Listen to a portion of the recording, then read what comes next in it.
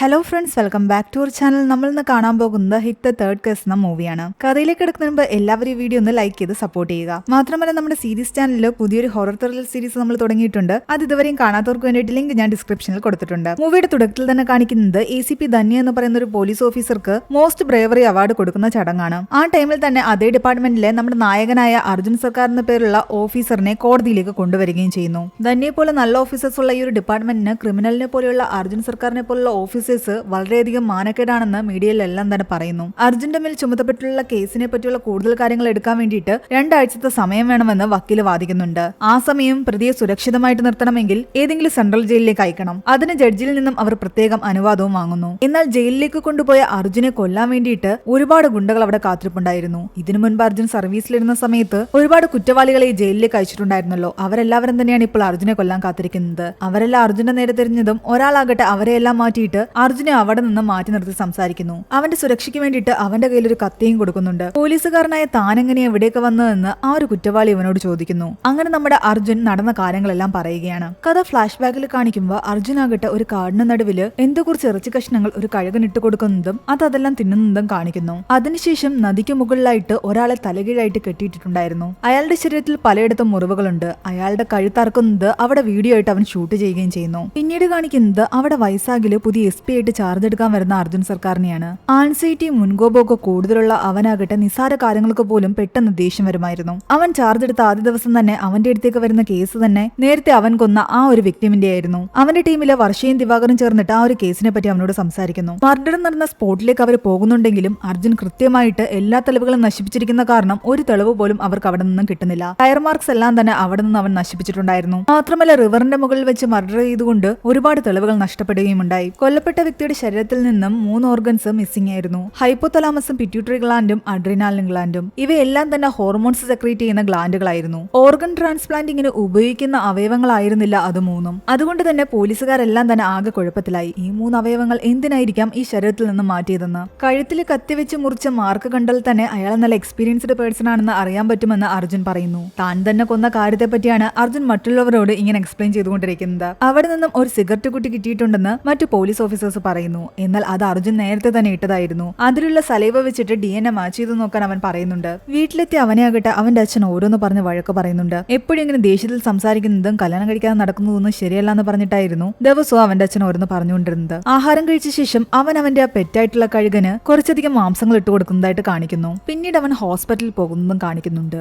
അവന്റെ അമിതമായ ദേഷ്യം ഈ ആൻസൈറ്റി എല്ലാം തന്നെ അവന്റെ BP ഇടയ്ക്കിടയ്ക്ക് കൂട്ടുന്നുണ്ടായിരുന്നു. തിരിച്ച് ഓഫീസിലെത്തിയ അവനോട് ദിവാകർ തനിക്ക് ഒരു ദിവസം ലീവ് വേണമെന്ന് പറയുന്നുണ്ട്. മോളുടെ സ്കൂളിലെ ഫംഗ്ഷന് പോകാനാണ്. എന്നാൽ അതൊന്നും പറ്റില്ല എന്നാണ് അവൻ പറയുന്നത്. പിന്നെ ആ കേസിനെ പറ്റിയിട്ടുള്ള ഡീറ്റെയിൽ ആയിട്ടുള്ള കാര്യങ്ങൾ അവർ എക്സ്പ്ലെയിൻ ചെയ്യുന്നുണ്ട്. ആ സിഗരറ്റ് ബട്ടിൽ നിന്ന് കിട്ടിയ DNA മാച്ച് ചെയ്ത് നോക്കുമ്പോഴാകട്ടെ അതൊരു നായയുടെ DNA ആയിരുന്നു. സിഗരറ്റ് കുറ്റിയിൽ നായ നക്കിയതായിരിക്കുമെന്ന് ചിലർ പറയുന്നുണ്ട്. കേസ് വഴിതിരിച്ചു വിടാനാണ് അർജുൻ അങ്ങനെയെല്ലാം ചെയ്തത് തന്നെ. ഇവരിങ്ങനെ സംസാരിച്ചുകൊണ്ടിരിക്കുമ്പോഴും അർജുൻ ആകട്ടെ ഡേറ്റിംഗ് ആപ്പിൽ ഓരോ പെൺകുട്ടികളെ സെലക്ട് ചെയ്യുകയായിരുന്നു. അതിനുശേഷം അവൻ ഒരുപാട് പെൺകുട്ടികളെ കാണാൻ പോകുന്നുണ്ട്. പലരെയും ഇട്ടിരിക്കുന്ന ഡ്രസ്സ് വെച്ചിട്ടും സംസാരിക്കുന്ന രീതി വെച്ചിട്ടും ഇൻസ്റ്റഗ്രാമിലെ ഫോട്ടോ വെച്ചിട്ടും ഫ്രണ്ട് ലിസ്റ്റ് വെച്ചിട്ടും ഒക്കെ ഓരോ ചോദ്യങ്ങൾ ചോദിച്ച് വെറുപ്പിക്കുകയായിരുന്നു അവൻ. എല്ലാ പെൺകുട്ടികളും ഇവന്റെ ഈ ചോദ്യം ചെയ്യലൊക്കെ കേട്ടിട്ട് പേടിച്ച് അവിടെ നിന്നും പോയി. നിന്റെ ഈ ദേഷ്യം കാരണം ഒരു കല്യാണം നിനക്ക് നടക്കില്ല എന്നാണ് അവനോട് അച്ഛൻ ഇടയ്ക്കിടയ്ക്ക് പറയുന്നത്. അങ്ങനെ ഇരിക്കും ഒരു ദിവസം അവനെ കാണാൻ മൃദുല എന്ന് പറയുന്ന ഒരു പെൺകുട്ടി വരുന്നുണ്ട്. തലേന്ന് മാട്രിമോണിയിൽ നമ്മൾ സംസാരിച്ചിരുന്നല്ലോ, അതുകൊണ്ടാണ് ഞാൻ വന്നതെന്ന് അവൾ പറയുന്നു. എന്നാൽ അവൻ അതൊന്നും അറിയില്ലായിരുന്നു. അവൻ പെട്ടെന്ന് അച്ഛനെ വിളിച്ചിട്ട് ചോദിക്കുന്നുണ്ട് മാട്രിമോണി പ്രൊഫൈൽ വല്ലതും ക്രിയേറ്റ് ചെയ്തോ എന്ന്. ഞാൻ തന്നെ ക്രിയേറ്റ് ചെയ്തത്, ഞാൻ ആ പെൺകുട്ടിയോട് സംസാരിച്ചത്, അവളെങ്ങനെ വന്നു എന്ന് അയാൾ ചോദിക്കുന്നു. ആ വന്നു എന്ന് പറഞ്ഞിട്ട് അവൻ പെട്ടെന്ന് ഫോൺ കട്ട് ചെയ്തു. അങ്ങനെ മൃദുലയും അവന് സംസാരിക്കുകയാണ്. തന്റെ അച്ഛനാണ് സംസാരിച്ചതെന്നൊക്കെ അവൻ പറയുന്നുണ്ട്. സൊസൈറ്റിയിൽ നല്ല പൊസിഷൻ ഉണ്ടായിട്ടും കാണാൻ ആവറേജ് ആയിട്ടും താനെന്താ ഇതുവരെയും കല്യാണം കഴിക്കാതിരുന്നെന്ന് ചോദിക്കുന്നുണ്ട്. അതിനുത്തരം താൻ തന്നെ പറഞ്ഞില്ലേ എന്നാണ് അവൻ പറയുന്നത്. ഞാൻ കാണാൻ ആവറേജ് അല്ലേ, കുറെ പെൺകുട്ടികളെയൊക്കെ കണ്ടു, ആരുമായിട്ടും അങ്ങോട്ട് സെറ്റ് ആയില്ല. പൊതുവെ പെണ്ണുങ്ങൾക്ക് എന്നെ പോലുള്ള ആൾക്കാരെ ഇഷ്ടമാകില്ല എന്നൊക്കെ പറഞ്ഞിട്ട് അവൻ ഇടയ്ക്കിടയ്ക്ക് ചില ചീത്ത വാക്കുകളൊക്കെ ഉപയോഗിക്കുന്നുണ്ടായിരുന്നു. ഓരോ വാക്ക് ഉപയോഗിക്കുമ്പോഴും അവൻ സോറി എന്ന് പറഞ്ഞിട്ട് അതങ്ങ് വിഴുങ്ങും. അവൻ വളരെയധികം ഓപ്പൺ ആയിട്ട് സംസാരിക്കുന്നത് അവർക്ക് ഇഷ്ടപ്പെട്ടു. ഒരു മറയുമില്ലാതെയായിരുന്നു അവൻ അവന്റെ ക്യാരക്ടർ അവളുടെ മുന്നിലേക്ക് വെച്ചത്. ഒരമ്മയുടെ സ്നേഹം കിട്ടാത്തതിന്റെ എല്ലാം നിന്റെ സംസാരത്തിലുണ്ടെന്ന് അവള് പറയുന്നുണ്ട്. അതുകൊണ്ടാണ് നിന്റെ സംസാരം ഇത്രയധികം റൂഡായിട്ടിരിക്കുന്നത്. നീ സമ്മതിക്കുവാണെങ്കിൽ ആ സ്നേഹം എനിക്ക് തരാൻ പറ്റുമെന്നാണ് അവള് പറയുന്നത്. അങ്ങനെ അന്നത്തെ ദിവസം മുഴുവൻ അവർ ഒരുമിച്ച് സ്പെൻഡ് ചെയ്യുന്നു. ഒരുപാട് സംസാരിക്കുകയും ചെയ്യുന്നു. അവൾക്ക് അവനെയും അവൻ അവളെയും ഒരുപാട് ഇഷ്ടപ്പെട്ടു. അവസാനം അവളെ വീട്ടിൽ കൊണ്ടാക്കാൻ നേരത്ത് റോഡിൽ നിന്ന് അവർ സംസാരിക്കുകയായിരുന്നു. അർജുനാണ് നിൽക്കുന്നത് അറിയാതെ രണ്ടുപേരാകട്ടെ അവരോട് വന്നിട്ട് മോശമായിട്ട് സംസാരിക്കാൻ തുടങ്ങി. എന്തോ രാത്രിയിൽ പരിപാടി എന്നൊക്കെ ചോദിക്കുന്നു. അർജുൻ തിരിച്ചവരെ നോക്കിയതും അവരെല്ലാം പേടിച്ച് അവിടെ നിന്നോടി. കാരണം അർജുൻ ഏത് തരത്തിലുള്ള പോലീസ് ഓഫീസേഴ്സ് ആണെന്ന് ആണെന്ന് അവർക്കറിയാമായിരുന്നു. ഒരു ദയാദാക്ഷിണ്യവുമില്ലാതെയാണ് അവൻ വിക്ടിംസിനെ എല്ലാം അടിക്കുക. വളരെയധികം ബ്രൂട്ടലായിട്ട് അവരെ ഉപദ്രവിക്കുകയും ചെയ്യും. നിന്നെ കാണുമ്പോൾ സാധാരണ എല്ലാവരും ഇങ്ങനെ പേടിച്ചോടുമോ എന്ന് മൃദുല ചോദിക്കുന്നുണ്ട്. അതേന്നാണ് അവൻ പറയുന്നത്. എന്താണെങ്കിലും മൃദുലയെ അവൻ ഇഷ്ടപ്പെട്ടത് കൊണ്ട് തന്നെ അവൻ ഹാപ്പി ആയിട്ടാണ് വീട്ടിലേക്ക് തിരിച്ചു വരുന്നത്. പിന്നീട് കാണിക്കുന്നത് അവൻ ആദ്യം കൊല ചെയ്ത പോലെ രണ്ടാമതൊരാളെ കൂടി കൊല ചെയ്യാൻ വേണ്ടിയിട്ട് ഒരിടത്ത് കെട്ടിത്തൂക്കിയിടുന്നതും അയാളെ കൊല്ലാൻ ശ്രമിക്കുന്നതും അതെല്ലാം വീഡിയോ എടുക്കുന്നതുമാണ്. എന്നാൽ അവൻ അയാളെ കൊല്ലുന്നതിന് മുൻപ് തന്നെ അവനെ ആരോ ഷൂട്ട് ചെയ്യുന്നു. അത് അവന്റെ ടീമിൽ തന്നെ ഉണ്ടായിരുന്ന വർഷയായിരുന്നു. ഒരു പോലീസ് ഓഫീസർ ആയിരുന്നുകൊണ്ട് നിങ്ങൾ ഈ ചെയ്യുന്നത് ഒട്ടും ശരിയല്ല എന്ന് വർഷ പറയുന്നു. എന്നാൽ ചിരിച്ചുകൊണ്ട് തന്റെ കയ്യിലുണ്ടായിരുന്ന കത്തിയെടുത്ത് അയാളുടെ ദേഹത്തേക്ക് എറിഞ്ഞ് അവൻ അയാളെ കൊല്ലുന്നു. അത് തിരിഞ്ഞു നോക്കി അവളുടെ കയ്യിൽ നിന്ന് തോക്ക് തട്ടിപ്പറിക്കുകയും അവളെ അടിച്ചു വീഴ്ത്തുകയും ചെയ്തിട്ട് ഒരിടത്ത് അവൻ കെട്ടിയിടുകയാണ്. ബോധം വന്ന് അവളാകട്ടെ ഷൗട്ട് ചെയ്യാൻ ആരംഭിച്ചു. താൻ ഒരു പോലീസ് ഓഫീസറാണോ, ഇങ്ങനെ സിവിലിയൻസിനെ എന്തിനാണ് സൈക്കോപാത്തിനെ പോലെ കൊല്ലുന്നതെന്നൊക്കെ അവൾ ചോദിക്കുന്നു. ഞാനിത് മുകളിലേക്ക് റിപ്പോർട്ട് ചെയ്യുമെന്ന് അവൾ പറയുന്നുണ്ട്. നീ എന്നെ റിപ്പോർട്ട് ചെയ്ത് അകത്താക്കിയ പോലും ഈ മർഡേഴ്സ് ഒന്നും തന്നെ അവസാനിക്കില്ല എന്നാണ് അവൻ പറയുന്നത്. അതിനുശേഷം അവൻ എന്തിനാണ് ഈ മർഡേഴ്സ് ചെയ്യുന്നതെന്ന് കാണിക്കുന്നു. കുറച്ച് മാസങ്ങൾക്ക് മുൻപുള്ള കഥയാണ് ഇനി നമ്മളെ കാണിക്കാൻ പോകുന്നത്. അന്ന് അർജുൻ സർക്കാർ കാശ്മീരിലായിരുന്നു ജോലി ചെയ്തുകൊണ്ടിരുന്നത്. അർജുൻ ഇപ്പോൾ കൊല്ലുന്ന ഒരു രീതി ഉണ്ടല്ലോ, ആ ഒരു രീതിയിൽ അവിടെ ഒരു മർഡർ നടന്നിട്ടുണ്ടായിരുന്നു. ഇതുപോലെ 3 ഓർഗൻസ് മിസ്സിംഗുമായിരുന്നു. എന്തിനാണ് ഇങ്ങനെ ഒരു കൊലപാതകം ചെയ്തതെന്ന് ആർക്കും തന്നെ മനസ്സിലായില്ല. അവിടെ നിന്നും അവർക്ക് കുറച്ച് വണ്ടിയുടെ ടയർ മാർക്സ് കിട്ടുന്നുണ്ട്. ആ ഏരിയയിലുള്ള ലോക്കൽസിനിടയിലെല്ലാം തന്നെ അവർ അന്വേഷിക്കുന്നുണ്ട്. ടയർ മാർക്കിന്റെ അടിസ്ഥാനത്തിൽ ഏതുതരം വണ്ടിയാണെന്ന് കണ്ടെത്തി ആ തരത്തിലുള്ള വണ്ടി അവിടെ ആരുടെയൊക്കെ കയ്യിലുണ്ടെന്നായിരുന്നു അവർ അന്വേഷിച്ചുകൊണ്ടിരുന്നത്. സംശയം തോന്നിയ കുറെ ആൾക്കാരെ എല്ലാം തന്നെ ഇവർ കസ്റ്റഡിയിലെടുക്കുന്നു. ഒടുവിൽ തേടിപ്പിടിച്ച് അവരുടെ വീട്ടിലെത്തുമ്പോഴാകട്ടെ അവർ അന്വേഷിച്ച് വന്ന രീതിയിൽ ടയേഴ്സ് അവിടെ ഇരിക്കുന്ന കാണുന്നുണ്ട്. ആ സമയത്ത് ആ വീട്ടിൽ ആരും ഉണ്ടായിരുന്നില്ല. എന്നാൽ ആ ഒരു ക്രിമിനൽ ആകട്ടെ അവിടേക്ക് വരികയും അർജുനെയും കൂട്ടരെയും കണ്ടിട്ട് പെട്ടെന്ന് അവിടെ നിന്ന് ഓടി രക്ഷപ്പെടാൻ ശ്രമിക്കുകയും ചെയ്യുന്നുണ്ട്. എന്നാൽ അർജുൻ ആ കുറ്റവാളിയുടെ പിറകെ ഓടി കൈയോടെ പിടിക്കുന്നുണ്ട്. അതിനിടയിൽ അവന്റെ കൂടെ ഉണ്ടായിരുന്ന കൂട്ടാളികളൊക്കെ അർജുനെ ആക്രമിക്കുന്നുണ്ടെങ്കിലും അർജുൻ അവരെ എല്ലാം തന്നെ ബ്രൂട്ടലായിട്ട് തന്നെ ഉപദ്രവിച്ചു. അവരിൽ ഒരുപാട് പേര് ഹോസ്പിറ്റലായി. അവന്റെ സീനിയർ അവനെ വഴക്ക് പറയുന്നുണ്ട്. എന്തിനാ ഇത്രയധികം ബ്രൂട്ടലായിട്ട് ആൾക്കാരെ ഉപദ്രവിക്കുന്നതെന്ന് ചോദിച്ചിട്ട്. 5 പേര് ക്രിട്ടിക്കലായിട്ട് ഹോസ്പിറ്റലാണ്. എന്നാൽ തന്റെ കൂടെ ഉണ്ടായിരുന്ന ഒരു പോലീസ് ഓഫീസറും ഈ ഒരു മിഷനിൽ ക്രിട്ടിക്കലായിട്ട് ഹോസ്പിറ്റലാണെന്ന് അവൻ പറയുന്നു. അവനെ സംബന്ധിച്ച് കുറ്റവാളികളെ ഏത് രീതിയിലും അവൻ ഉപദ്രവിക്കുമായിരുന്നു. അവൻ കസ്റ്റഡിയിലെടുത്ത കുറ്റവാളിയുടെ ഫോണിൽ നിന്നും അയാള്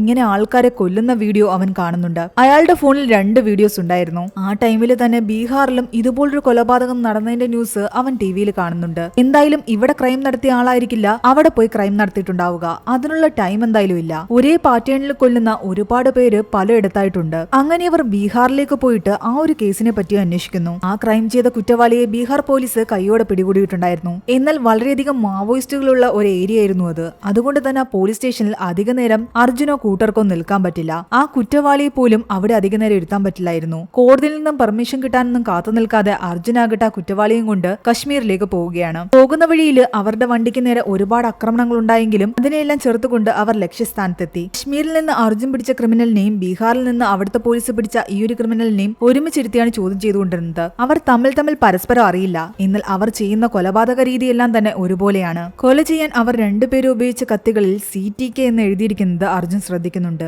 അതെന്താണെന്ന് അവന് മനസ്സിലായില്ല. അവരുടെ വായിൽ നിന്ന് തന്നെ അത് കിട്ടണമായിരുന്നു. അതേ CTK എന്നൊരു ടാറ്റു ആകട്ടെ ബീഹാറിൽ നിന്ന് പിടിച്ച കുറ്റവാളിയുടെ കയ്യിലുമുണ്ടായിരുന്നു. CTK എന്താണെന്ന് അവരുടെ വായിൽ നിന്ന് വീഴ്ത്താൻ വേണ്ടിയിട്ട് അവൻ അവരോട് പറയുന്നുണ്ട്, നിങ്ങൾ ചെയ്ത രീതികളെല്ലാം തന്നെ വ്രോങ് ആയിട്ടാണെന്ന്. ഞാനൊന്നും വ്രോങ് ആയിട്ട് ചെയ്തിട്ടില്ല, എല്ലാം കറക്റ്റ് ആയിട്ടാണ് ചെയ്തതെന്ന് ഒരു കുറ്റവാളി പറയുന്നു. തലയുടെ ബാക്കിൽ ഉണ്ടായിരുന്ന ആ ഒരു കട്ടിംഗ് ഇല്ലേ, അത് കറക്റ്റ് ആയിട്ടല്ല ചെയ്തതെന്നൊക്കെ അവൻ പറയുന്നുണ്ട്. എന്നാൽ അവർ തമ്മിൽ പറയുന്നുണ്ട് കട്ടിംഗ് ഒക്കെ കറക്റ്റ് ആണെന്നും ആ വെബ്സൈറ്റിൽ ഉള്ള പോലെ തന്നെയാണ് താൻ ചെയ്തിരിക്കുന്നതെന്നും. അവർ തമ്മിൽ ഇങ്ങനെ സംസാരിച്ചതും അതിൽ നിന്ന് അവന് മനസ്സിലായി CTK എന്ന് പറയുന്നത് ഒരു വെബ്സൈറ്റ് ആണെന്ന്. കൂടുതൽ കാര്യങ്ങൾ അന്വേഷിച്ചു വരുമ്പോൾ അതൊരു ഡാർക്ക് വെബിലുള്ള വെബ്സൈറ്റ് ആയിരുന്നു. ഒരുപാട് ക്രിമിനൽസുകളാണ് അതിലുണ്ടായിരുന്നത്. ഒരു വെബ്സൈറ്റിലേക്ക് ജോയിൻ ചെയ്യണമെങ്കിൽ തന്നെ അവർ പറയുന്ന രീതിയിൽ ഇതുപോലെ 2 കൊലപാതകങ്ങൾ ചെയ്യണമായിരുന്നു. ആ വീഡിയോസ് അപ്ലോഡ് ചെയ്തെങ്കിൽ മാത്രമേ ഈ CTK എന്ന് പറയുന്ന വെബ്സൈറ്റിലേക്ക് ഒരു മെമ്പറിന് കയറാൻ പറ്റൂ. മനുഷ്യനെ ക്രൂരമായി കൊല്ലുന്നത് കണ്ട് ആസ്വദിക്കുന്ന സൈക്കോപാത്തുകളില്ലേ, അതുപോലെ കൊല്ലാൻ ആഗ്രഹിക്കുന്ന ആൾക്കാരില്ലേ, അവരുടെ എല്ലാം കൂടിയുള്ള ഒരു സംഘടനയായിരുന്നു ഈ ഒരു വെബ്സൈറ്റ്. ഈ ആൾക്കാരെല്ലാം വർഷത്തിൽ ഒരിക്കൽ ഒരു സ്ഥലത്ത് വെച്ചിട്ട് കണ്ടുമുട്ടും. അവിടെ വെച്ച് അവർ ഒരുപാട് ബ്രൂട്ടലായിട്ടുള്ള കൊലപാതകങ്ങൾ നടത്തും. കൂടുതൽ ഡീറ്റെയിൽസ് അറിയണമെങ്കിൽ അവന്മാരെ ഇനിയും ക്വസ്റ്റ്യൻ ചെയ്യണമെന്ന് പറഞ്ഞിട്ട് അവൻ ബ്രൂട്ടലായിട്ട് അവരെ ക്വസ്റ്റ്യൻ ചെയ്യാൻ ആരംഭിച്ചു.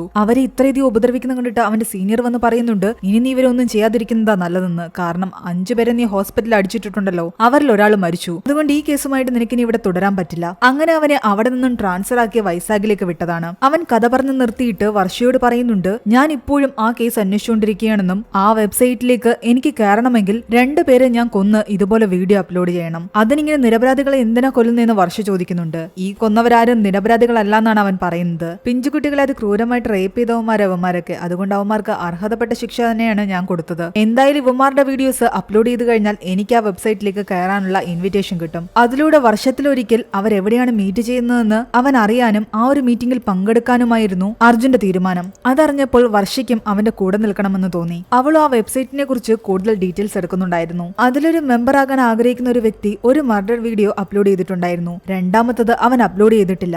രാജസ്ഥാനിൽ നിന്നാണ് അത് അപ്ലോഡ് ചെയ്തിരിക്കുന്നത്. ആ വീഡിയോയുടെ ബാക്ക്ഗ്രൗണ്ടിലുള്ള ഒരു കോട്ട വെച്ചിട്ടാണ് അവൾ അത് ഐഡന്റിഫൈ ചെയ്തിരിക്കുന്നത്. അങ്ങനെയാണെങ്കിൽ അവൻ ഈ വെബ്സൈറ്റിലേക്ക് ജോയിൻ ചെയ്യാൻ വേണ്ടിയിട്ട് രണ്ടാമത്തെ കൊലപാതകം ഇനി ഉടനെ നടത്തും. അത് എങ്ങനെയെങ്കിലും തടയണമെന്ന് അർജുൻ പറയുന്നു. ആ വീഡിയോയിൽ കാണുന്ന ആളെ എത്രയും പെട്ടെന്ന് തിരിഞ്ഞവർക്ക് കണ്ടുപിടിക്കണമായിരുന്നു. രാജസ്ഥാൻ പോലീസിന്റെ ഹെൽപ്പും അവർ തേടിയിട്ടുണ്ട്. അയാൾ ഇട്ടിരുന്ന ടീഷർട്ടിലുണ്ടായിരുന്ന ലോഗോ പെട്രോൾ പമ്പിൽ മറ്റും നിൽക്കുന്നവരുടെ ഡ്രസ്സുകളിൽ ഉണ്ടായിരുന്നതാണ്. അങ്ങനെ അവർ പെട്രോൾ പമ്പും മറ്റും കേന്ദ്രീകരിച്ച് അയാളെ കണ്ടുപിടിക്കാനുള്ള അന്വേഷണം നടത്തുന്നു. അതിനിടയ്ക്ക് മൃദുല അവന് മെസ്സേജ് അയക്കുന്നുണ്ട്. നീ എപ്പോഴാ വരുന്നതെന്ന് ചോദിച്ചിട്ട്. നീ ഫ്രീ ആണെങ്കിൽ ഇങ്ങോട്ട് പോരെ എന്ന് അവൻ മെസ്സേജ് അയക്കുന്നു. അവൻ വെറുതെ മെസ്സേജ് അയച്ചതായിരുന്നു. എന്നാൽ അവളാകട്ടെ അവന് സർപ്രൈസ് കൊടുക്കാൻ വേണ്ടിയിട്ട് രാജസ്ഥാനിലേക്ക് എത്തി. മരിച്ചുപോയ അവന്റെ അമ്മ സംസാരിക്കുന്ന രീതിയിൽ അവളുടെ AI വീഡിയോ തയ്യാറാക്കിയിട്ടുണ്ടായിരുന്നു. അത് അവന് കാണിച്ചു കൊടുക്കുകയും ചെയ്യുന്നു. അതൊക്കെ കണ്ട് അവൻ വല്ലാതെ ഇമോഷണലായി. അതിനിടയ്ക്ക് വാക്കി ടോക്കിയിലൂടെ അവൻ പോലീസുകാരോട് സംസാരിക്കാൻ വേണ്ടിയിട്ട് ഒന്ന് മാറിയതും അവളാകട്ടെ അവന്റെ ലാപ്ടോപ്പ് ഒന്ന് ചെക്ക് ചെയ്യുന്നതായിട്ട് നമ്മളെ കാണിക്കുന്നുണ്ട്. നീ അധിക നേരം നിൽക്കണ്ട, ഇന്ന് രാത്രി തന്നെ തിരിച്ചു പോയിക്കോളൂ എന്ന് പറഞ്ഞിട്ട് അവളോട് എയർപോർട്ടിലേക്ക് പോകാൻ അവൻ ആവശ്യപ്പെട്ടു. അവൻ വീണ്ടും ആ ഒരു കുറ്റവാളിയെ പിടിക്കാൻ വേണ്ടിയിട്ട് പെട്രോൾ പമ്പിലും മറ്റും പോയി അന്വേഷിക്കുന്നുണ്ട്. ആ സമയത്ത് ആ കുറ്റവാളി ഒരു വണ്ടിയിൽ അവിടേക്ക് വരുന്നു. അർജുൻ അവന്റെ അടുത്തേക്ക് വരുന്ന കണ്ടതും കാര്യം അത്ര പന്തിയല്ലെന്ന് മനസ്സിലാക്കിയ കുറ്റവാളിയാകട്ടെ അവിടെ നിന്ന് രക്ഷപ്പെടുന്നു. ഇവൻ പിറകെ ചേസ് ചെയ്ത് പോകുന്നു. എന്നാൽ ഒരിടത്തെത്തിയപ്പോൾ അവൻ ആ വണ്ടി മിസ്സായിട്ടുണ്ടായിരുന്നു. ആ ഭാഗത്തായിട്ട് അവന്റെ ടീമിലെ കുറച്ച് അംഗങ്ങൾ ഉണ്ടായിരുന്നു. അവരെ പാസ് ചെയ്ത് ആ ഒരു വണ്ടി പോയിട്ടില്ല. അങ്ങനെയാണെങ്കിൽ ഇടവഴി എവിടെയെങ്കിലും കയറിപ്പോയിട്ടുണ്ടാകുമെന്ന് അവന് മനസ്സിലായി. അവൻ അവിടെ നിന്ന് നടന്ന് ചെറിയ വഴികൾ ചെക്ക് ചെയ്യുമ്പോഴാകട്ടെ ആ വണ്ടി അവിടെ കിടക്കുന്നതായിട്ട് കാണുന്നു. അയാൾ രണ്ടാമതായിട്ട് കൊല്ലാൻ വേണ്ടിയിട്ട് ഒരു പെൺകുട്ടിയെ കൂടി തട്ടിക്കൊണ്ട് വന്നിട്ടുണ്ടായിരുന്നു. ആ പെൺകുട്ടി ആ വണ്ടിയിലുണ്ട്. എന്നാൽ ആ കുറ്റവാളി അവിടെയെങ്ങും തന്നെയില്ല. പെട്ടെന്ന് ബാക്കിലൂടെ ആ കുറ്റവാളി വന്ന് അവന്റെ വയറ്റിൽ കുത്തുന്നു. എന്നാൽ കുത്തിയ കത്തി അവൻ തിരിച്ച് വലിച്ചൂരിക്കഴിഞ്ഞാൽ അത് വലിയ പ്രശ്നമാകും. അപ്പോഴാണ് കൂടുതൽ ഡാമേജ് ഉണ്ടാക്കുന്നത്. അതുകൊണ്ട് ആ കത്തി ആ കുറ്റവാളി വലിച്ചൂരുന്നതിന് മുൻപ് തന്നെ അവൻ ആ കുറ്റവാളിയെ അടിച്ചിടുന്നുണ്ട്. അവര് തമ്മിൽ വലിയൊരു ഫൈറ്റാണ് നടക്കുന്നത്. കുറ്റവാളി ഒരുവിധം അടിച്ചിട്ടിട്ട് അവൻ ആ പെൺകുട്ടിയെ രക്ഷിക്കാൻ ശ്രമിക്കുമ്പോൾ ആ ക്രിമിനൽ വീണ്ടും തിരിച്ചു വന്ന് അവന്റെ വയറ്റിൽ നിന്നും ആ കത്തി വലിച്ചൂരുന്നു. അതോടുകൂടി അർജുന്റെ ബാലൻസ് തെറ്റി അവൻ ചെറിയ രീതിയിൽ ബോധം കെട്ട് വീഴുന്നു. അതേസമയം മറ്റൊരിടത്ത് അർജുൻ അപ്ലോഡ് ചെയ്ത ആ 2 വീഡിയോസും ആ വെബ്സൈറ്റിൽ കണ്ടിട്ട് അതിന്റെ ഓണറായിട്ടുള്ള വ്യക്തിയാകട്ടെ അവന് ഇൻവിറ്റേഷൻ അയക്കുന്നതാണ് കാണിക്കുന്നത്. അവനെ ആ വെബ്സൈറ്റിലേക്ക് അവർ തിരഞ്ഞെടുത്തിട്ടുണ്ടായിരുന്നു. ഇവിടെ നമ്മുടെ ക്രിമിനൽ ആകട്ടെ അർജുനെ അതുപോലെ കൊല്ലാൻ വേണ്ടി ശ്രമിക്കുകയായിരുന്നു. എന്നാൽ ആ നിമിഷം അർജുൻ ഉണരുകയും അവനെ കൊല്ലുകയും ചെയ്യുന്നു. അതിനുശേഷം ആ പെൺകുട്ടിയെയും രക്ഷിച്ചു. അവന്റെ ടീം അംഗങ്ങളെല്ലാം തന്നെ അവിടേക്ക് വരികയുണ്ടായി. ആ ക്രിമിനലിന്റെ പേഴ്സും ഫോണും എല്ലാം തന്നെ അർജുൻ ചെക്ക് ചെയ്യുന്നതായിട്ട് നമ്മളെ കാണിക്കുന്നു. അപ്പോഴേക്കും അവന്റെ ബോധം പോയിട്ടുണ്ടായിരുന്നു. ബ്ലഡ് ഒരുപാട് പോയിട്ടുണ്ടായിരുന്നല്ലോ. പിന്നീട് ബോധം വരുമ്പോൾ അവൻ ഹോസ്പിറ്റലാണ്. അവന്റെ അടുത്ത് അവന്റെ അച്ഛനും ഉണ്ടായിരുന്നു. ബോധം വന്ന ഉടനെ തന്റെ ലാപ്ടോപ്പ് തരാനാണ് അവൻ ആവശ്യപ്പെടുന്നത്. അവൻ നോക്കുമ്പോൾ ആ വെബ്സൈറ്റിലേക്ക് അവൻ ഇൻവിറ്റേഷൻ വന്ന് കാണുന്നുണ്ട്. അവരാകട്ടെ മീറ്റ് ചെയ്യാൻ വേണ്ടിയിട്ട് ഒരു സ്ഥലം പറഞ്ഞിട്ടുണ്ടായിരുന്നു. അരുണ എക്സ്പ്രസിൽ കയറിയിട്ട് അരുണാചൽ പ്രദേശിലെത്തിയിട്ട് അവിടെ ഒരു ബസ് സ്റ്റോപ്പിൽ പോയി വെയിറ്റ് ചെയ്യാനാണ് ഇവനോട് ആവശ്യപ്പെട്ടിരിക്കുന്നത്. അവൻ തന്റെ സീനിയറിനോട് ഈ കാര്യങ്ങളെല്ലാം തന്നെ സൂചിപ്പിക്കുന്നു. നീ എങ്ങനെ ഈ വെബ്സൈറ്റിൽ കയറി എന്ന് ചോദിക്കുമ്പോൾ അവൻ അതിനൊന്നും ഉത്തരം പറയുന്നില്ല. നമ്മുടെ മുൻപിൽ എങ്ങനെയെങ്കിലും ഈ ക്രിമിനൽസിനെ പിടിക്കണമെന്നൊരു ലക്ഷ്യം മാത്രമേ ഉണ്ടാകാൻ പാടുള്ളൂ എന്നാണ് അവൻ പറയുന്നത്. അങ്ങനെ പിറ്റേന്ന് തന്നെ അവൻ അവിടേക്ക് പോകാനുള്ള തയ്യാറെടുപ്പിലായിരുന്നു. എന്നാൽ അവന്റെ സീനിയർ അവനോട് പറയുന്നുണ്ട് തന്റെ ടീമിൽ ഒരു അംഗം കൂടി നിന്റെ കൂടെ വരുമെന്ന്. വർഷയുടെയും ദിവാകറിന്റെയും കൂടെ ഒരംഗം കൂടി വരുന്നുണ്ടെന്ന് കേട്ടതും അവൻ ഒട്ടും പ്രതീക്ഷിച്ചിട്ടുണ്ടായിരുന്നില്ല അത് താൻ സ്നേഹിക്കുന്ന മൃദുലയാണെന്ന്. മൃദുലയെ കണ്ട് അവൻ ശരിക്കും ഞെട്ടിപ്പോയി. അവളും പോലീസിലാണെന്ന് പോലും അവൻ അറിയില്ലായിരുന്നു. ട്രെയിനിൽ വെച്ചിട്ടും അവളോട് ഒന്നും തന്നെ അവൻ പറയുന്നുണ്ടായിരുന്നില്ല. ആ കേസിനെ പറ്റിയുള്ള ഡീറ്റെയിൽസ് മാത്രമാണ് എല്ലാവരുമായിട്ടും ഡിസ്കസ് ചെയ്തുകൊണ്ടിരുന്നത്. രാത്രിയായപ്പോഴേക്കും അവൻ പറയുന്നുണ്ട് എല്ലാവരും വേറെ വേറെ സീറ്റിലേക്ക് പോയിക്കൊള്ളാൻ. ബാക്കി എല്ലാവരും പോയെങ്കിലും മൃദുലയാകട്ടെ അവനോട് പറയുന്നുണ്ട് എനിക്കൊരു 5 മിനിറ്റ് നിന്നോട് സംസാരിക്കണമെന്ന്. നീ എന്തിനാണ് നിന്റെ ഐഡന്റിറ്റി മറച്ചു വെച്ചതെന്ന് അവൻ ചോദിക്കുമ്പോൾ അവൾ പറയുന്നുണ്ട് മനഃപൂർവ്വം നിനക്ക് വേണ്ടി തന്നെ മറച്ചു വെച്ചതാണെന്ന്. എന്നിട്ട് അവൾ ഒരു സ്റ്റോറി പറയുകയാണ്. കുറെ നാളുകൾക്ക് മുമ്പ് അവളും അവളുടെ സഹോദരിയും റോഡിലൂടെ നടന്നു പോകുന്ന വഴിക്ക് അവളുടെ സഹോദരിയുടെ ബാക്കില് കുറെ വൃത്തികെട്ടവന്മാര് അടിക്കുന്നുണ്ട്. അവന്മാര് സ്ഥിരം അതുവഴി പോകുന്ന പെണ്ണുങ്ങളെ എല്ലാം തന്നെ ഇങ്ങനെ ഉപദ്രവിക്കുമായിരുന്നു. അവർ രണ്ടുപേരും ആകെ ഷോക്കായിട്ട് നിൽക്കുന്ന സമയത്താണ് അങ്ങനെ ഒരു പെണ്ണിനെ ഉപദ്രവിച്ച അവന്മാരെയാകട്ടെ അർജുൻ ലാത്തി കൊണ്ട് അടിക്കുന്നത് കാണുന്നത്. അന്ന് അവൾക്ക് തോന്നി അർജുനെ പോലെ തനിക്കൊരു പോലീസ് ഓഫീസർ ആകണമെന്ന്. അതിനുശേഷം അവളുടെ ട്രെയിനിങ് പീരീഡിൽ വെച്ചും അർജുനെ അവൾ കണ്ടിട്ടുണ്ടായിരുന്നു. പതിയെ പതിയെ അവൾ അവനെ പ്രണയിക്കാൻ ആരംഭിച്ചു. എന്നാൽ പിന്നീട് ഡിപ്പാർട്ട്മെന്റിലെ പല ആൾക്കാരും പറഞ്ഞിട്ട് അവൾ അറിയുന്നുണ്ടായിരുന്നു അവനൊരിക്കലും ഡിപ്പാർട്ട്മെന്റിൽ തന്നെയുള്ള ഒരു പെൺകുട്ടിയെ വിവാഹം കഴിക്കില്ല എന്ന്. അതുകൊണ്ടാണ് താനും ഈ ഡിപ്പാർട്ട്മെന്റിലാണ് വർക്ക് ചെയ്യുന്നതെന്ന് അവൾ അവനിൽ നിന്നും മറച്ചു വെച്ചത്. അവനെ കണ്ടിട്ട് ഇൻസ്പയർ ആയിട്ടാണ് അവളും പോലീസ് ഓഫീസർ ആയത്. തന്നെ അവൾ രഹസ്യമായി പ്രണയിക്കുകയായിരുന്നു അറിഞ്ഞപ്പോൾ അർജുൻ അവളോടുള്ള ദേഷ്യമെല്ലാം മാറി. അങ്ങനെ അർജുന് ഇറങ്ങേണ്ട ടൈം ആയിട്ടുണ്ടായിരുന്നു. അവൻ എല്ലാവരോടും പറയുന്നുണ്ട് ഞാൻ എന്റെ പേഴ്സും മൊബൈലും എല്ലാം തന്നെ അവിടെയുള്ള വേസ്റ്റ് കൂനിൽ ഇട്ടിട്ടായിരിക്കും പോകുന്നത്. നിങ്ങൾ രഹസ്യമായിട്ട് എന്നെ പിന്തുടരണം. എങ്ങോട്ടാണ് എന്നെ കൊണ്ടുപോകുന്നത് നിങ്ങൾ വേണം കണ്ടെത്താൻ. അങ്ങനെ ഇവർ ഒരിടത്ത് ഒളിച്ചിരിക്കുന്നു. ഇവനാകട്ടെ അവർ പറഞ്ഞ പ്രകാരം ഒരു ബസ് സ്റ്റോപ്പിൽ വന്ന് നിൽക്കുന്നുണ്ട്. 3 വണ്ടികൾ അവിടേക്ക് വരികയും പെട്ടെന്ന് ആ വണ്ടികൾ അവിടെ നിന്ന് പോവുകയും ചെയ്യുന്നുണ്ട്. ആ വണ്ടിയിലായിരിക്കും അർജുനെ കയറ്റിയതെന്ന് പറഞ്ഞിട്ട് അവർ 3 പേരും ചേർന്നിട്ട് ആ വണ്ടിയെ ഫോളോ ചെയ്തു പോകുന്നു. എന്നാൽ ആ 3 വണ്ടിയും 3 ദിശയിലേക്കാണ് പോയത്. അത് കാരണം വർഷയും ദിവാകറും മൃദുലയും ആ ഓരോ വണ്ടിയുടെ പിന്നാലെ പോയി. ഇപ്പോൾ അവർ 3 പേരും 3 ലൊക്കേഷനിലാണ് എത്തിയിരിക്കുന്നത്. എന്നാൽ ശരിക്കും ഈ 3 ലൊക്കേഷനിലുമായിരുന്നില്ല അർജുൻ ഉണ്ടായിരുന്നത്. 3 വണ്ടികൾ അവിടെ വന്നെങ്കിലും അർജുനെ ബാക്കിൽ നിന്നും കുറച്ച് ആൾക്കാര് തലയിൽ തുണിയിട്ട് മൂടി മറ്റൊരു വഴി വേറൊരു വണ്ടിയിൽ അവനെ കടത്തിക്കൊണ്ടു പോയിരുന്നു.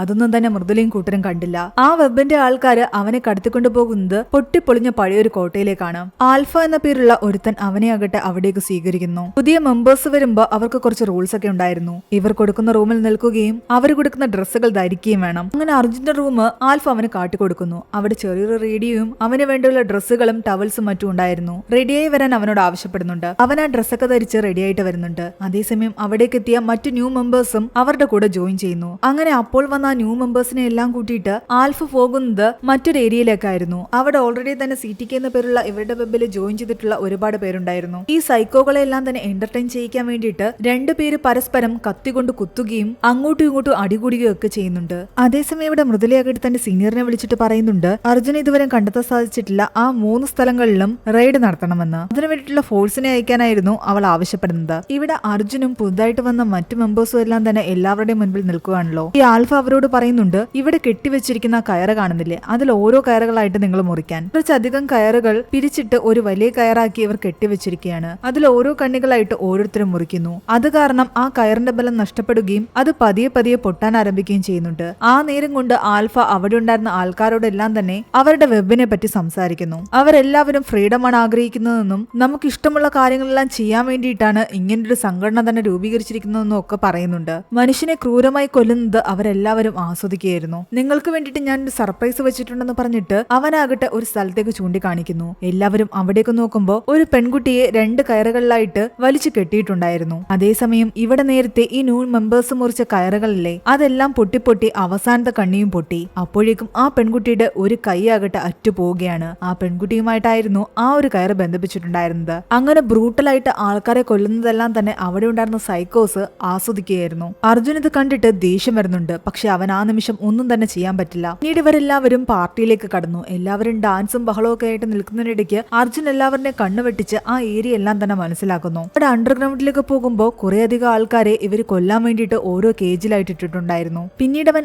ആരും കാണാതെ ഇവരുടെ സിസ്റ്റമെല്ലാം ഇരിക്കുന്ന റൂമിലേക്ക് കയറുന്നുണ്ട്. ആ സമയത്ത് ആൽഫ വന്നിട്ട് ആരോട് സംസാരിക്കുന്നതായിട്ടൊക്കെ അവൻ കേൾക്കുന്നു. ആൽഫ പോയി കഴിഞ്ഞിട്ട് ആ സിസ്റ്റം എല്ലാം തന്നെ ആക്സസ് ചെയ്യാൻ ശ്രമിച്ചെങ്കിലും അതൊന്നും തന്നെ സാധിച്ചില്ല. അവൻ ഉപയോഗിച്ച ആ ഫോണിൽ നിന്നും ഒരു ചെറിയ മൈക്ക് മാത്രം ഊരിയെടുത്തിട്ട് പുറത്ത് കിടന്ന ഒരു വണ്ടിയിൽ പോയിട്ട് അതിൽ നിന്നും കുറച്ച് സാധനങ്ങളും കൂടെ അഴിച്ചെടുത്ത് തന്റെ റൂമിലുണ്ടായിരുന്ന റേഡിയോ ഒക്കെ ഉപയോഗിച്ചിട്ട് ഒരു റേഡിയോ ഫ്രീക്വൻസി ഉണ്ടാക്കാൻ ശ്രമിക്കുന്നു. പുറത്തുള്ള തന്റെ ടീം മെമ്പേഴ്സിനെ കോൺടാക്ട് ചെയ്യാൻ വേണ്ടിയിട്ടായിരുന്നു അവൻ ഇങ്ങനൊരു ഐഡിയ ഉണ്ടായിക്കൊണ്ടിരുന്നത്. അതേസമയം മൃദുലയും കൂട്ടരും അർജുനെ കൊണ്ടുപോയി എന്ന് വിശ്വസിച്ചിരുന്ന ആ 3 സ്പോട്ടിലേക്കും റെയ്ഡ് നടത്തിയെങ്കിലും എവിടെ നിന്നും അർജുനെയും കിട്ടിയില്ല. അവിടെ ഉണ്ടായിരുന്ന ആൾക്കാരുമായിട്ട് വലിയ ഫൈറ്റ് തന്നെയാണ് നടക്കുന്നത്. അതിനിടയിൽ ദിവാകറിനെ ഒരു സംഘം പിടിച്ചുകൊണ്ട് പോവുകയും ചെയ്തു. ഇവിടെ ആൽഫയും സംഘവും ആകട്ടെ അടുത്തൊരാളെ ബ്രൂട്ടലായിട്ട് കൊല്ലാൻ വേണ്ടിയിട്ട് തീരുമാനിച്ചിരിക്കുകയായിരുന്നു. അങ്ങനെ അയാളുടെ ഓരോ ശരീരഭാഗങ്ങളായിട്ട് അറുത്ത് മുറിച്ചുകൊണ്ടിരിക്കുന്ന സമയത്ത് പെട്ടെന്ന് അവിടെ ഉണ്ടായിരുന്ന ഗ്യാസ് സിലിണ്ടർ ഏരിയയിൽ ഒരു വലിയ ബ്ലാസ്റ്റ് നടക്കുന്നു. ഇവന്മാരുടെ ഈ കൊലപാതകം നിർത്താൻ വേണ്ടിയിട്ട് അർജുൻ ചെയ്തതായിരുന്നു അത്. ഇവിടെ ഇങ്ങനൊരു ബ്ലാസ്റ്റ് നടക്കുകയും തങ്ങളുടെ 3 കേന്ദ്രങ്ങളിലും പോലീസ് റെയ്ഡ് നടക്കുകയും ചെയ്തത് ആൽഫ അറിയുന്നതോടുകൂടി പോലീസിൽ നിന്നും ആരോ തങ്ങളുടെ ഈ ഗ്യാങ്ങിലേക്ക് വന്നിട്ടുണ്ടെന്ന് അവന് ഡൗട്ട് തോന്നുന്നു. ന്യൂ മെമ്പേഴ്സ് വന്നതിന് ശേഷമാണ് ഈ പ്രശ്നങ്ങൾ ആരംഭിച്ചത്. അങ്ങനെയാണെങ്കിൽ ആ ന്യൂ മെമ്പേഴ്സിൽ ആരെങ്കിലും ഒരാൾ പോലീസ് ആയിരിക്കുമെന്ന് അവന് ഡൗട്ടായിരുന്നു. അതുകൊണ്ട് തന്നെ ആ മെമ്പേഴ്സിനെ എല്ലാം തന്നെ നടുക്കേക്ക് പിടിച്ചു നിർത്തിയിട്ട് ആൽഫ പറയുന്നുണ്ട് നിങ്ങൾ ഓരോരുത്തരും പരസ്പരം ഫൈറ്റ് ചെയ്യണം. അവസാനം ഒരാൾ മാത്രമേ ജീവനോടെ ഇരിക്കാൻ പാടുള്ളൂ.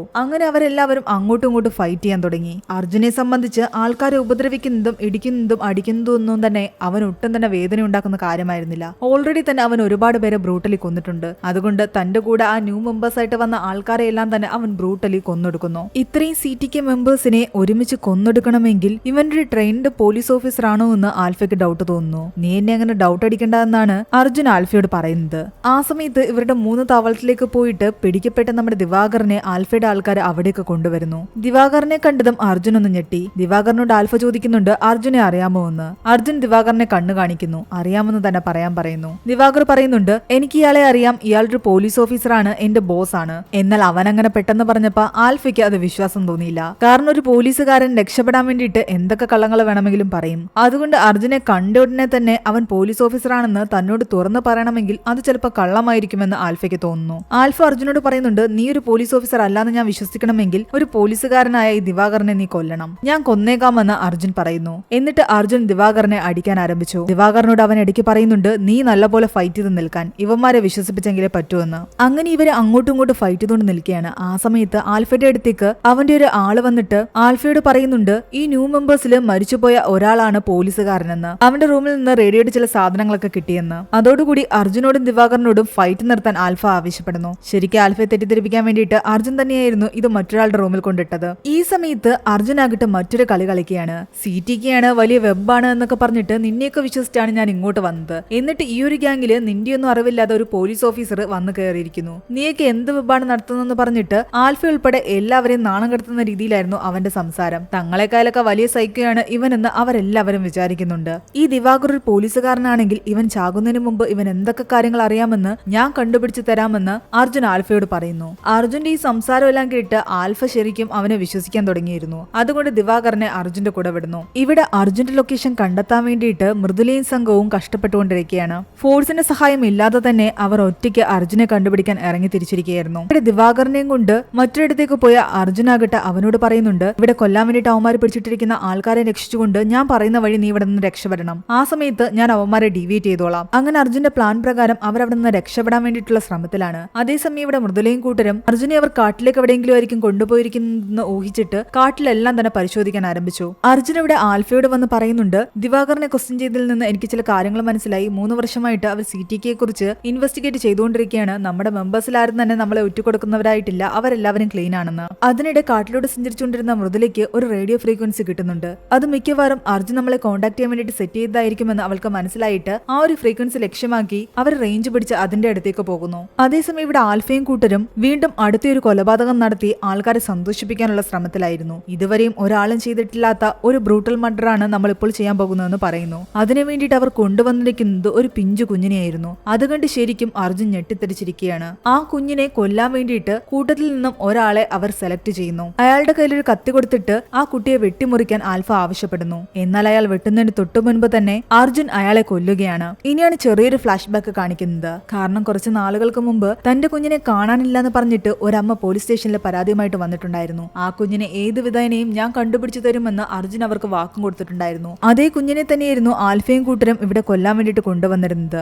ആ അമ്മയ്ക്ക് കൊടുത്ത വാക്ക് പാലിക്കാനായിട്ട് അർജുൻ ആ കുട്ടിയെ രക്ഷിക്കുന്നു. ആ സമയം കൊണ്ട് തന്നെ ദിവാകർ ബാക്കി അവിടെ ഉണ്ടായിരുന്ന നിരപരാധികളായ ആൾക്കാരെയും കൂട്ടി അവിടേക്ക് വന്നിട്ടുണ്ടായിരുന്നു. ഇതോടുകൂടി ആൽഫയ്ക്കും കൂട്ടർക്കും മനസ്സിലായി ഇതെല്ലാം ഇവരുടെ പ്ലാനിംഗ് ആണെന്ന്. ഇവിടെ മൃദുലയ സംഘവും റേഡിയോ ഫ്രീക്വൻസി പിടിച്ച് പോകുന്നതാകട്ടെ അർജുൻ പെറ്റായിട്ട് വളർത്തിയിരുന്ന ആ ഒരു കഴുകന്റെ അടുത്തേക്കായിരുന്നു. അർജുൻ ഓൾറെഡി തന്നെ തന്റെ പെറ്റിനെ കൂടെ കൊണ്ടുവന്നിട്ടുണ്ടായിരുന്നു. നേരത്തെ ഒരു റേഡിയോ ഫ്രീക്വൻസി സെറ്റാക്കിയ ശേഷം അവൻ ഇതിന്റെ ശരീരത്തിൽ കെട്ടിവെച്ചിട്ട് ആ കെട്ടിടത്തിന്റെ മുകളിൽ നിന്നും പറത്തി വിട്ടിട്ടുണ്ടായിരുന്നു. പിന്നീട് മൃദുലയും കൂട്ടരും അർജുന്റെ പെറ്റായിട്ടുള്ള ഈ ഒരു കഴുകന്റെ സഹായത്തോടു കൂടിയാണ് അവന്റെ ലൊക്കേഷൻ കണ്ടുപിടിച്ച് വരുന്നത്. അപ്പോഴേക്കും ഇവിടെ ആൽഫയും കൂട്ടരും അർജുനും കൂട്ടരും തമ്മിൽ വലിയൊരു ഫൈറ്റ് തന്നെയാണ് നടക്കുന്നത്. ദിവാകരനെയും അവിടെ പൂട്ടിയിട്ടിരുന്ന ആൾക്കാരെയെല്ലാം തന്നെ രക്ഷിച്ചുകൊണ്ടു പോകാൻ വേണ്ടിയിട്ട് അർജുൻ അവരുമായിട്ട് ഫൈറ്റ് ചെയ്യുന്നതിനിടയ്ക്ക് ഒരുപാട് പരുക്കുകൾ അവനും പറ്റുന്നുണ്ട്. എങ്ങനെയൊക്കെയോ അവരെ എല്ലാവരെയും പുറത്തേക്ക് കടത്തിയിട്ട് അവൻ വാതിലടിക്കുന്നു. പരുക്കുകൾ പറ്റി അവനെ ആൽഫ കൈയോടെ പിടികൂടി. എന്നാൽ ആൽഫ അവനെ കൊല്ലുന്നതിന് മുൻപ് തന്നെ മറ്റൊരു പോലീസ് ഓഫീസർ അവിടേക്ക് വരികയും അർജുനെ രക്ഷിക്കുകയും ചെയ്യുന്നു. അത് മറ്റാരുമായിരുന്നില്ല, ഹിറ്റ് സെക്കൻഡ് കേസ് എന്ന മൂവിയിലെ നായകനായ കൃഷ്ണദേവ് ആയിരുന്നു. ഇവരെല്ലാവരും ഒരേ ഡിപ്പാർട്ട്മെന്റിൽ തന്നെയായിരുന്നല്ലോ വർക്ക് ചെയ്യുന്നത്. അതുകൊണ്ട് തന്നെയാണ് അർജുനെ രക്ഷിക്കാൻ വേണ്ടിയിട്ട് അവർ അവിടേക്ക് വന്നത്. കൃഷ്ണയോട് അർജുൻ പറയുന്നുണ്ട്, ഒരാളെ പോലും വെറുതെ വിടേണ്ട, എല്ലാവരെയും കൊന്നേക്കാൻ. അങ്ങനെ തന്റെ കയ്യിലുണ്ടായിരുന്ന തോക്കുകൊണ്ട് എല്ലാവരെയും തന്നെ കൃഷ്ണ കൊല്ലുകയാണ്. അപ്പോഴേക്കും മൃദുലയും കൂട്ടരും അവിടെ എത്തിയിട്ടുണ്ടായിരുന്നു. CTK മെമ്പേഴ്സിനെ എല്ലാവരെയും തന്നെ അവിടെ വെച്ച് അവർ കൊല്ലുന്നു. അതിനുശേഷം ഇവർ ഈ കേസിനെ പറ്റി സംസാരിക്കുമ്പോൾ ഈ ഓർഗൻസ് എല്ലാം തന്നെ ഇവർ മറ്റൊരിടത്തേക്ക് കയറ്റുമതി ചെയ്യുകയായിരുന്നു എന്ന് ഇവർക്ക് മനസ്സിലായി. അതായത് ആൾക്കാരെ ബ്രൂട്ടലി കൊല്ലുന്ന സമയത്ത് ആ ഒരു മരണവേദന ഭയന്നിട്ട് വിക്ടിംസിന്റെ ഉള്ളില് ഹോർമോൺസ് ഫോം ആകും. അങ്ങനെ ഹോർമോണ് ഹൈലി പ്രൊഡ്യൂസ് ചെയ്യുന്ന സമയത്ത് അവരുടെ ഹോർമോണൽ ഗ്ലാൻഡ് എല്ലാം തന്നെ ഇവർ നീക്കം ചെയ്തിട്ട് അതെല്ലാമാണ് കയറ്റുമതി ചെയ്യുന്നത്. ആ ഗ്ലാൻഡ് ഉപയോഗിച്ച് ഒരു കമ്പനിയാകട്ടെ ഒരുതരം ഡ്രഗ് ക്രിയേറ്റ് ചെയ്യുകയായിരുന്നു. ഫോറിൻ കൺട്രീസിലും മറ്റും പാർട്ടികളിൽ ഈ ഡ്രഗ് അവർ യൂസ് ചെയ്യാറുണ്ട്. 70-80 വയസ്സുള്ള ആൾക്കാർക്ക് പോലും ചെറുപ്പക്കാരെ പോലെ സെക്സ് ചെയ്യാൻ പറ്റുന്ന രീതിയിലുള്ള ചില ഹോർമോൺസ് ഒക്കെയായിരുന്നു ഇവർ ക്രിയേറ്റ് ചെയ്തുകൊണ്ടിരുന്നത്. ആ ഹോർമോണുകൾ അടങ്ങിയ ഡ്രഗുകൾ യൂസ് ചെയ്യുന്നതിലൂടെ ആൾക്കാർ ഒരുപാട് സ്ത്രീകളെ ഉപദ്രവിക്കുകയും ഒരുപാട് ക്രൈമുകളും മറ്റും നടത്തുകയും ചെയ്തിട്ടുണ്ട്. ഇതെല്ലാം തന്നെ ഒരു ഫാർമ കമ്പനിയായിരുന്നു നടത്തിയിരുന്നത്. ഇങ്ങനെയുള്ള ഈ ഫാർമ കമ്പനിയെ പറ്റി കൂടുതൽ വിവരങ്ങൾ അന്വേഷിച്ചുകൊണ്ടിരുന്നത് ACP ധന്യ എന്ന് പറയുന്ന ഒരു ഓഫീസറായിരുന്നു. ഈ ഒരു കേസിൽ എനിക്ക് ജീവൻ രക്ഷിക്കാൻ പറ്റാതെ പോയ ഒരു വ്യക്തിയായിരുന്നു ധന്യ എന്ന് അർജുൻ പറയുന്നു. അവൻ മെമ്പറായിട്ട് ജോയിൻ ചെയ്ത സമയത്ത് ഒരു പെൺകുട്ടിയുടെ കയ്യിൽ കയറ് കെട്ടിവലിച്ച് വെച്ച് അവളെ കൊന്നില്ലേ, അത് ഇതേ ഓഫീസർ ധന്യ തന്നെയായിരുന്നു. ശരിക്കും ധന്യ ജീവൻ വെടിഞ്ഞത് ആ ഒരു പിഞ്ചു കുഞ്ഞിന് വേണ്ടിയിട്ടാണ്. ഓരോ നമ്പേഴ്സ് വെച്ചിട്ടായിരുന്നു അവർ ആൾക്കാരെ കൊന്നുകൊണ്ടിരുന്നത്. CTK മെമ്പേഴ്സ് കൊല്ലാൻ തെരഞ്ഞെടുത്ത 3-ാം നമ്പർ കേജിൽ കിടന്നത് ആ കൊച്ചുകുട്ടിയായിരുന്നു. എന്നാൽ ആ കുട്ടിയെ രക്ഷിക്കാൻ വേണ്ടിയിട്ട് 8-ാം നമ്പർ കേജിൽ കിടന്ന ധന്യ ആ ഒരു നമ്പറിന്റെ കുറച്ചു ഭാഗം മായ്ച്ചു കളഞ്ഞിട്ട് 3 ആക്കി മാറ്റി. ആ കുഞ്ഞിന് വേണ്ടിയിട്ട് അവൾ ജീവത്യാഗം ചെയ്തതാണ്. അങ്ങനെയുള്ള അവളുടെ പേര് ഡിപ്പാർട്ട്മെന്റിൽ എല്ലാവരും അറിയണമെന്നും അവൾക്ക് വേണ്ടത്ര പ്രശസ്തി ലഭിക്കണമെന്നും അർജുൻ ആഗ്രഹിച്ചു. അതുകൊണ്ട് തന്നെ അവർ ഡിപ്പാർട്ട്മെന്റിലുള്ള എല്ലാവരോടും പറയുന്നുണ്ട് ധന്യയാണ് ആ CTK മെമ്പേഴ്സിനെ എല്ലാവരും തന്നെ കൊന്നൊടുക്കിയതെന്നും ആ നിരപരാധികളെ എല്ലാം തന്നെ രക്ഷിച്ചതെന്നും. അതുകൊണ്ട് തന്നെ മരണശേഷം ആ ഓഫീസർക്ക് ധീരതയ്ക്കുള്ള അവാർഡ് ലഭിക്കുകയും ചെയ്തു. ഇതാണ് മൂവിയുടെ തുടക്കത്തിൽ കാണിക്കുന്നത്. പക്ഷെ അതിനുശേഷം അർജുൻ ജയിലിലേക്ക് വന്നതിന്റെ പിന്നിൽ മറ്റൊരു ഉദ്ദേശം കൂടി ഉണ്ടായിരുന്നു. ആ ഫാർമ കമ്പനിയുടെ ഓണർ അവൻ ഇപ്പോൾ സംസാരിച്ചുകൊണ്ടിരിക്കുന്ന ആ ഒരു ജയിൽ പുള്ളി തന്നെയാണ്. നേരത്തെ തന്നെ മണി ലോണ്ടറിംഗിൽ പിടിക്കപ്പെട്ട അയാളാകട്ടെ തന്റെ കയ്യിലുള്ള കാശ് ഉപയോഗിച്ചിട്ട് ജയിൽ സുഖജീവിതം ജീവിക്കുകയായിരുന്നു. അവനെ കൊല്ലാൻ വേണ്ടിയിട്ടാണ് മനഃപൂർവ്വം ഒരു കേസ് ഉണ്ടാക്കി അർജുനാകട്ടെ ജയിലിലേക്ക് വന്നത്. കഥ പറഞ്ഞു തീരുന്നതും ആ ജയിൽ പുള്ളി ആകെ ഒന്ന് പേടിച്ചു. അയാൾ എന്തെങ്കിലും പറയുന്നതിന് മുൻപ് തന്നെ അർജുൻ അയാളെ കൊല്ലുകയും ചെയ്തു. അടുത്ത സീനിൽ കാണിക്കുന്നത് ഒരു ചെക്ക് പോസ്റ്റിൽ കിടക്കുന്ന ഒരു പോലീസ് ഓഫീസറെയാണ്. ആ സമയത്ത് അതുവഴി വന്ന ഒരു വണ്ടിയിൽ 2 പേര് എന്തോ ഒരു ക്രൈം ചെയ്തിട്ടാണ് വന്നിരിക്കുന്നതെന്ന് നമുക്ക് മനസ്സിലാവും. അവരുടെ സംസാരത്തിൽ നിന്ന് മനസ്സിലാകുന്നുണ്ട് ആരെയോ കൊന്നിട്ട് ബോഡി അവർ തങ്ങളുടെ ലോറിയിലുണ്ടായിരുന്ന മണലിന്റെ അടിയിൽ ഇട്ടിട്ടുണ്ടെന്ന്. എന്നാൽ ഈ പോലീസുകാരെ മണലൊന്നും മാറ്റി പരിശോധിക്കാൻ പോകുന്നില്ല എന്ന് അവർ പരസ്പരം സംസാരിക്കുന്നുണ്ടായിരുന്നു. അവർ പറയുന്ന ഭാഷയാകട്ടെ നമ്മുടെ പോലീസ് ഓഫീസറിന് മനസ്സിലാകില്ല എന്ന് കരുതിയിട്ടാണ് അവർ അതും സംസാരിച്ചുകൊണ്ട് വരുന്നത്. എന്നാൽ എനിക്ക് നിങ്ങളുടെ ഭാഷ നന്നായിട്ട് മനസ്സിലാകുമെന്ന് പറഞ്ഞിട്ട് ആ പോലീസ് ഓഫീസർ അവരോട് പറയുന്നുണ്ട് ലോറിയിലുള്ള മണല് റോഡിലേക്ക് തട്ടാൻ. ഹിറ്റ് 4th കേസ് എന്ന മൂവിയിലേക്കുള്ള ഒരു ലീഡാണ് ഇപ്പൊ നമുക്ക് തന്നിരിക്കുന്നത്. ആ ഒരു മൂവിയിൽ കാർത്തി ആയിരിക്കും നായകനായിട്ട് വരുന്നത്. ഇവിടെയാണ് ഈ ഒരു മൂവി അവസാനിക്കുന്നത്. ഈ മൂവിയുടെ സ്റ്റോറി എങ്ങനെ ഉണ്ടായിരുന്നു നിങ്ങൾ താഴെ കമന്റ് ചെയ്യുക. എക്സ്പ്ലനേഷൻ ഇഷ്ടപ്പെട്ടെങ്കിൽ വീഡിയോ ലൈക്ക് ചെയ്യാനും നമ്മുടെ ചാനൽ സബ്സ്ക്രൈബ് ചെയ്യാനും മറക്കണ്ട.